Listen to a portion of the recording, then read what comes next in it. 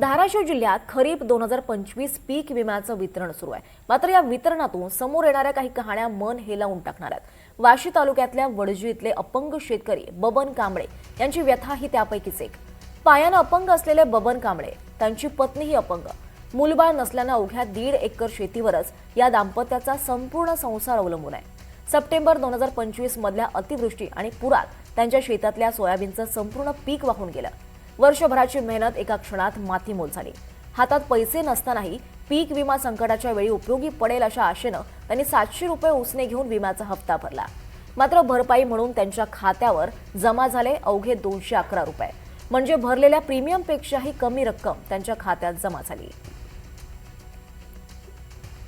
या शेतकरी कुटुंबाशी संवाद साधलाय आमचे प्रतिनिधी ओमकार कुलकर्णी यांनी. पण वडजी गावातील कांबळे यांच्या कुटुंबियांच्या घरी आहोत. या ठिकाणी जर बघितलं तर हे जे कुटुंब आहे ते या लहानशा छोट्याशा घरामध्ये राहतं.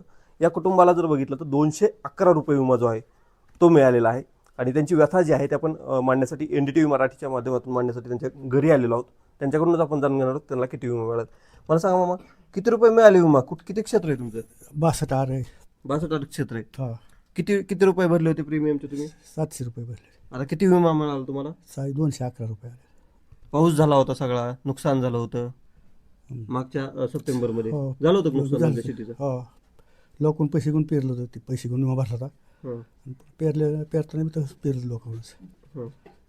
म्हणजे उसने पैसे घेऊन विमा भरला. हो, आणि तरी पण तुम्हाला म्हणजे 211 रुपये आले.